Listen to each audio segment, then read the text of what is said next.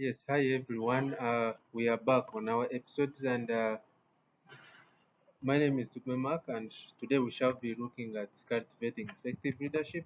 We've done a series of episodes, and the first one was career guidance. You'll go ahead and look out for decision making as well, navigating the problems of the world, very many. But today we are going through cultivating effective leadership, and in here we shall cover briefly what leadership is, who a leader is, and ways of a successful leader, styles of leadership, why leaders fail, and then the final tips and the takeaways. So, leadership is a critical skill in today's dynamic profession, and everyone needs this.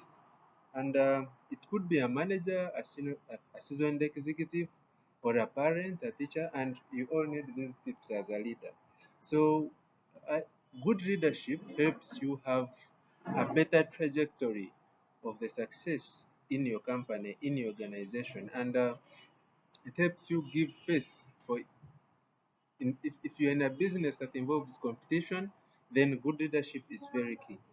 And yeah, starting off, leadership is the ability to inspire, motivate, influence, enable participation and contribution towards the success of the organization or towards achieving a certain goal. And everyone is a leader. I can't say even a colleague of yours, just working together, he is a leader. So leaders include managers, parents, teachers, supervisors, like I said, seasoned executives, and everyone. So what are the ways of successful leader? One, we shall begin by a leader should be strategic and visionary. Remember, you bear the vision of the team you're heading. Therefore, if you fall off, it is very unlikely for other people to keep up. So, visionary or strategic thinking and performing informed decisions. What are informed decisions? As a leader, you're supposed to make decisions, but they are not supposed to come from you alone. You need to consult. You need to learn from experiences. You need to learn from mistakes because the when you come up with a bad decision as a leader, the consequences are also great and they affect very many people. You need to have effective communication. You can have an open door policy and make sure everyone gets communication directly. And because poor communication or ineffective communication is a tool to underdevelopment always. Crisis wrangles in a company, they all start with poor communication. Your integrity as a leader matters a lot and it affects how successful the project or the goal you're willing to achieve, how long it will take to achieve it, or how successful the organization will be. Integrity. What are things you do as a leader? What don't you do? Which places are you supposed to go to? So here will people find you and how will people give you respect yet you cannot respect yourself? So integrity, then empathy. You need to feel, to come down and feel for the people you're heading and maybe your partners, your collaborators. Be there to make sure that they feel the exact way they need to feel. Study their emotions. We shall cover that under emotional intelligence, EI. Then leaders should be very resilient, resilience, and then self-awareness. This can also come under EI, emotional intelligence, where you're supposed to manage your feelings, know who you are, and regulate yourself. As a leader, you need to build the trust, therefore know what to do. If, if you're given some money, be accountable. Yeah, regulate yourself, know what you're supposed to speak, know when to speak it, and how to speak it, so that you do not play with the feelings or you do not hurt the feelings of the people you're working with. You need to do continuous learning. As a leader, leadership can be inborn, you can learn. Let no one tell you that you cannot be a leader. You are a leader by default and you can improve yourself. Yeah, so as a leader, you're supposed to inspire, you're supposed to consult. So you can see you're supposed to be consulting just here. And then inspire. And before you inspire people, you must get inspired yourself as a leader, meaning you must learn, have a goal, get ways of achieving it, and then make sure you motivate the rest towards achieving it. You must be a fast learner because if you don't learn very fast, then you're very, very liable to making mistakes.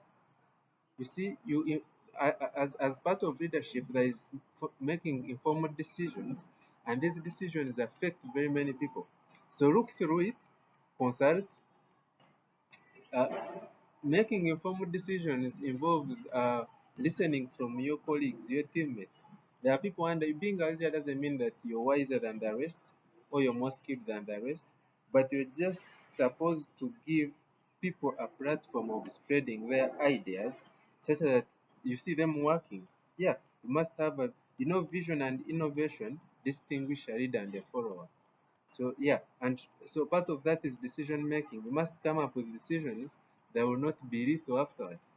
So making informed decisions involves first analyzing the decisions and getting to see the consequences if they go right or if they go wrong.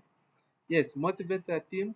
Make sure the team is motivated, and also please be humble, down to earth. Get to learn and listen from your colleagues. Learn and be able to get feedback. Take it positively, whether bad or wrong. Yeah, so as a leader, you see, you're supposed to set a pace. You must be strategic, set a pace for success. And because it is most likely you're the most, not the most powerful, but then you, you're the most influential person in there. So if your pace is very slow, then the organization also moves slow. And that is how slowly you will as well achieve the goals you've set. So what are the leadership styles we can have? So you can decide to use any of these leadership styles or you can decide to take all. So we can begin by transformational leadership. So this is where you inspire, motivate your team members such that they can also come up with innovations or change.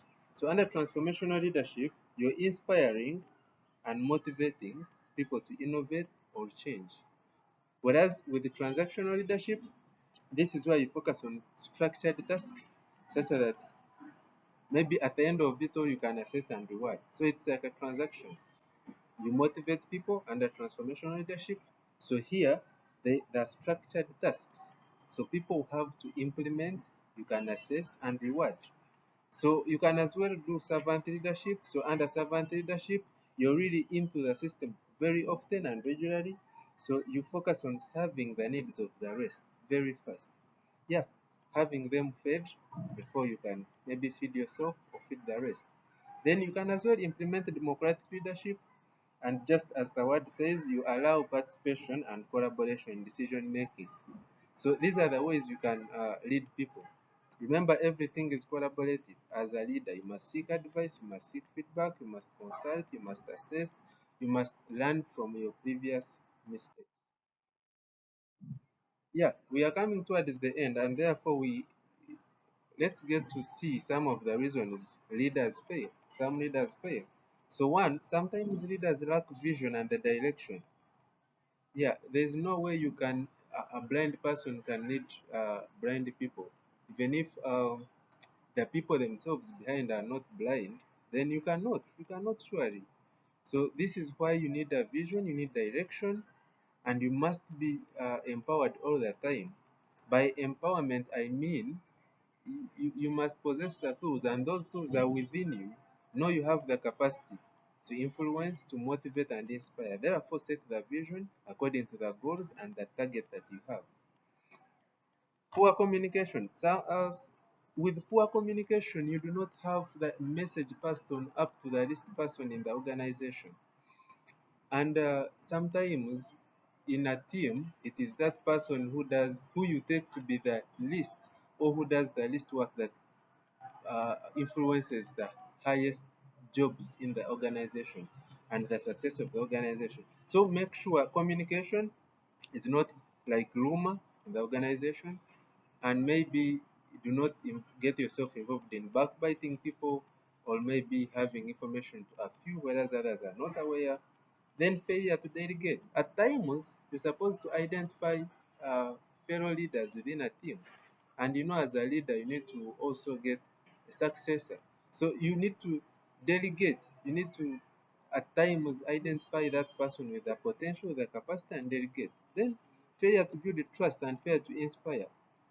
There's no way you can build trust when you're not accountable.